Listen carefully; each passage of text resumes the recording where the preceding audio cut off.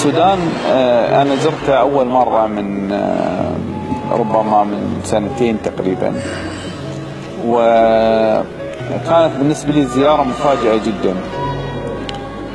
أولا المدينة، وثانيا البشر. لكن الأمر المذهل الحقيقي اللي هو شباب السودان. شباب السودان في البرامج اللي كانت تعقد باستمرار كان هناك حضور كثيف، وأحيانا يعني على رغم الإجهاد اللي يسبب الانتقال، وأحيانا لا توجد مقاعد في قاعات الكذا فالناس تقف على أرجلها، لكن هناك إصرار على الحضور وعلى التعلم وعلى الكذا إلى آخره. أبدع من ذلك الجرأة على السؤال والنقاش عند الشباب السوداني. فأنا في كل الأحوال لما آتي إلى السودان أود أني أنا أجلس مدة أطول، لأن الوقت الذي آتيه يبدو قصيرا بالنسبة للمتعة اللي أنا أجدها في حضوري للسودان. فهم يرون أن هذا الكلام كثير جدا، فأقول لهم إذا زرتموها ستعرفون ما الذي أتكلم عنه. ولذلك أنا أطالب أن يعني أحصل على باسبورت خاص اسمه سفير مفوض للحديث عن السودان في الخارج. عن هذا البلد الذي شع منه قراء للقرآن وأطباء انتشروا في العالم، مفكرون مقتدرون، المثقفون كثر في هذا البلد. زرته مرارا ولا يزال قلبي متعلقا به، يفرح بكل زيارة إليه. لا إله إلا الله. أقرأ البارحة في تاريخ العبودي يقول أن نجد والحجاز كانت تتلقى الزكوات والصدقات في رمضان من السودان والصومال. رجل موظف سوداني كبير، شيخ كبير، لكن سبحان الله سماؤه سماء الصالحين. هذا الرجل الصالح السوداني يعمل موظفا في الإمارات، ذهب إلى البنك لكي يأخذ أول كل شهر يأخذ 500 درهم مسكين. لا يأتي الشهر حتى تكون انتهت، يتبلغ بها هو وعجوزته، عجوزه يعني عفوا، هو وعجوزه. فإذا به يفاجأ، قال له أنت عندك 5 مليون و500 ألف. قال 5 مليون؟ لا، قال 500 فقط. قالوا 5 مليون موجود هنا. أتى مدير البنك، قالوا نعم هذا موجود، هذا حقك مالك. قال ليس حقي وليس مالي، لا أريده. أجننتم؟ يا أخي أنت اللي جننت، هذا مالك. قال ليس مالي، أنا رجل موظف بسيط عندي 500، لا يمكن أن أدخل ذمتي. المهم اختلف معهم، ذهب إلى الشرطة، قال قضيتي كذا كذا كذا كذا، يبدو أن هناك خطأ معين في الحاسوب، أنا لا أستحق في حسابي إلا 500، من أين أتت 5 مليون؟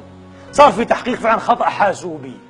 وبعدين قابلوا بعض الوزراء ما شاء الله كثر أمثالهم، وفي التلفزيون وبكل بساطة يتكلم. قال عادي، كيف شعورك؟ قال شعور عادي، مال ليس لي فأعلن لن يدخل بيتي. قال أنا في كبر سني في شيبة هذه أدخل حرام إلى بيتي؟ يا سلام، هذا الإيمان. ولذلك هذه الأمة عظيمة، تبقى عظيمة. اللهم اجعلنا من عظمائها، هؤلاء عظماء، وانتبهوا. تحب السودان كثير؟ والله أحبها. وجدت الإقبال إذا ذكر الصدق، الأمانة، الإخلاص، العزة، الجهاد. السودان هي البلد الوحيدة اللي تجمع العالم على حبها. إيش الفضل اللي في السودان؟ الإقبال للخير، سبحان الله. الإقبال يا أستاذي الغالي بشكل ما تتصور. ما شفت بنات في الأدب وفي العفة وفي الاحترام مثل بنات السودان، يعني شكل ما تتصور، وأدب في السودان وما وجدت مثلهم صراحة. زيارتي الأخيرة زرت الجامعات، القيادة العسكرية، الشرطة العسكرية، قناة النيل الأزرق، حتى قنوات مثل قناة أنغام معروفة بالغناء، كلها 24 ساعة غناء، ومع ذلك تجد الإقبال فيهم وفتح المجال للدعوة. بلد في أي مكان ادعو، الأبواب مشرعة مفتوحة. The message is you have wonderful places, and wonderful places in the Sudan, Amakin, and these places are the places where you enrich your ancient culture, where you've been living for 2,000 years and more. And these are the places that I want you please to remember for the sake of the whole world, everyone in the world. Please protect them. Please protect these places. Protect your own culture, their own history. And والله وبالله وتالله أن الشعب السوداني الأصيل أنه من أفضل الشعوب بالنسبة لي أنا. ومن تسأل أي سعودي حتى الكويتيين نفسهم أفضل شعب تعامل وطيبة وأمانة ورجولة سعة بال، أقسم بالله. ما عمري قابلت سوداني غلط على حد، ما عمري قابلت سوداني جاهل في التاريخ أو في العلم، ما عمري قابلت سوداني يسرق الناس، ما عمري قابلت سوداني خسيس ونذل وحقير ومصلحجي، ما عمري قابلت سوداني يقلب. ما يجمع الشيء المشترك في الأخوة السودانيين عندهم إنكار الذات. إنكار الذات. لو إنه بروفيسور ما عارف علم الذرة تحصلوا قاعد إيه ورئيسهم بيفطر معاهم في رمضان في الشارع. يعني عالم ميزهم الله سبحانه وتعالى بصفة التواضع. نسأل الله أن إيه تجينا منهم عدوى. قلت في السودان وأهل السودان الذين أصدق من شاركنا في عاصفة الحزن: سواد عينيك يا سودان يغريني، سواد عينيك يا سودان يغريني، حتى سويداء قلبي بات يدعوني، يا قرة العين سل عيني هل اكتحلت بمنظر حسن مذ غبت عن عيني. عبد الله الدوسري سوداني حتى النخاع، لمن لا يعرف أنه سعودي مولدا وجنسيا. فالدوسري الذي يبلغ من العمر 30 عاما ويقطن منطقة الجموم شمال مكة المكرمة، عشق السودان ثقافة وشعبا، وتقمص الشخصية السودانية بعد أن عاشرهم على مدى 20 عاما من مختلف الطبقات الاجتماعية. شاعر الجميل إدريس جماع نموذج رائع عن الشعب السوداني الشقيق اللي ما قصر معانا من أساتذة ومن دكاترة علمونا قبل ودرسونا بالمدارس وبالجامعات. الشعب السوداني له فضل كبير علينا في الخليج، وكل من يسيء بحقهم لا يعنينا بتاتا بل يعني نفسه.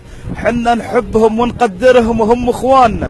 السودان دي قلبي انا، ده اختراعي انا، بخترع انا داير السودان بنفسي، ما بيهمني الناس ثانيين لو بيحبوا ولا ما بيحبوا، ده رأيهم هم. بس اخواننا السودانية ما تهاجروا من بلدكم، عودوا محلكم، ده ما في وطن احسن منه. يا ريت انا كنت سوداني اصيل ما كنت حركت صمتي. السوداني أحمد بن عوف مقيم في الرياض وجد في منزله الجديد $500,000 حيث اكتشف أن هذا المبلغ يعود لمقيم سوري كان يسكن قبل في المنزل. وقد توفي المقيم السوري وغادرت عائلته السعودية ولم تعلم عن المبلغ. في منطقة حائل أنقذ مقيم من الجنسية السودانية طفلا احتجز وسط مياه السيول في أحد الأودية في قرية بدع بن خلف جنوب المنطقة، وذلك بعد محاولات عدة من أهالي المنطقة لإنقاذه. وشهد الوادي جريانا للسيول المنقولة بعد هطول الأمطار الغزيرة على المنطقة أمس الثلاثاء. ما شاء الله تبارك الله، بيض الله وجهك، وفقك الله يا ابوي. انا روحت من هنا وكان ماشي بالطريق لقيت العربات واقفه، قلت في شنو؟ قالوا عين في بلاد رايحين الوادي. عليه وانا من براي كذي ضميري علمني قال لي لازم انقذ الطفل، حتى لو مت انا انقذ الطفل. ربنا وفقني ونزلت الحمد لله ونقذ الطفل. وكأنه قطع للطريق وما هو بذلك، ولكنه الكرم حين يبحث عن مواطن الله. ليس من ضيق يخرجهم من بيوتهم إلى قارعة هذه الطرقات، إلا حب في المشاركة ورغبة في تكاتف ينعكس على كل من يمر عليهم. يفرشون بساطهم ويأتي كل واحد منهم بما جاد به بيته من طعام ليقدمه لكل قادم قاده الطريق إليهم.